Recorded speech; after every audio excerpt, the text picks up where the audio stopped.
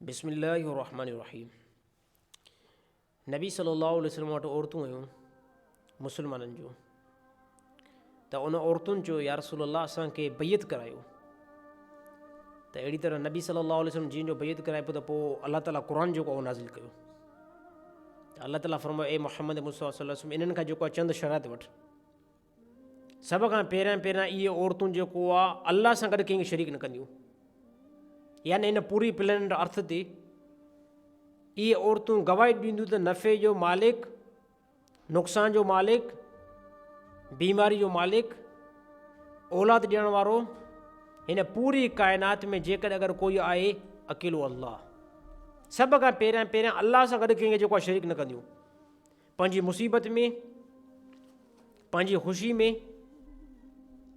हिकु अल्लाह सां तालुक़ु बणाईंदियूं, पंहिंजी फ़रियाद सिर्फ़ु अल्लाह खे ॾींदियूं, अल्लाह खां अलावा बाक़ी कंहिं ते न। अल्लाह जे नबी फरमायो सभ खां पहिरियां अल्लाह सां कंहिंखे गॾु शरीक न कंदव। उन औरतुनि जो साईं क़बूल आहे असांखे। अल्लाह जे नबी फरमायो ॿिए नंबर ते चोरी न कंदव। चोरी इंसान आहे, थी सघे थो चोरी जो इस्तेमाल बि। नबी सल्लल्लाहु अलैहि वसल्लम फरमायो चोरी क़तन तौर ते न कंदव। औरतुनि जो साईं बिल्कुलु असां चोरी बि न कंदासीं। टे नंबर ते अल्लाह जे नबी फरमायो कॾहिं बि बदफ़ेलीअ तरफ़ बि जेको आहे माइल न थींदव। बदफ़ेली यानी बेहई तरफ़ अल्लाह जे नबी फरमायो कॾहिं बि माइल न थींदव। उन औरतुनि जो साईं बिल्कुलु इहो त तमामु वॾो हिकु जेको आहे ऐब आहे। यानी मुड़ुस जी इज़त जे अंदरि कॾहिं बि जेको आहे तव्हांखे ख़यानत न करणी पवंदी। उन औरतुनि जो साईं क़बूल असांखे। ऐं चौथे नंबर ते नबी सल्लल्लाहु अलैहि वसल्लम फरमायो पंहिंजी औलाद खे क़तल बि न कंदव। औरतुनि जो साईं क़बूल असांखे। पंजो शर्त नबी सल्लल्लाहु अलैहि वसल्लम फरमायो त कंहिंजे मथां बोतान बि न हणंदव। बोतान जी मां जेकी तफ़सील कयां, बोतान छा खे चइबो आहे।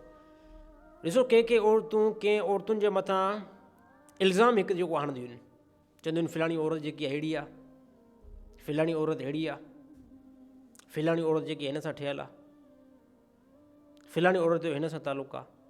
हालांकि बोतान हिन खे चइबो आहे इन औरत जो हक़ीक़त में कंहिं सां तालुक़ु हुजे ई न।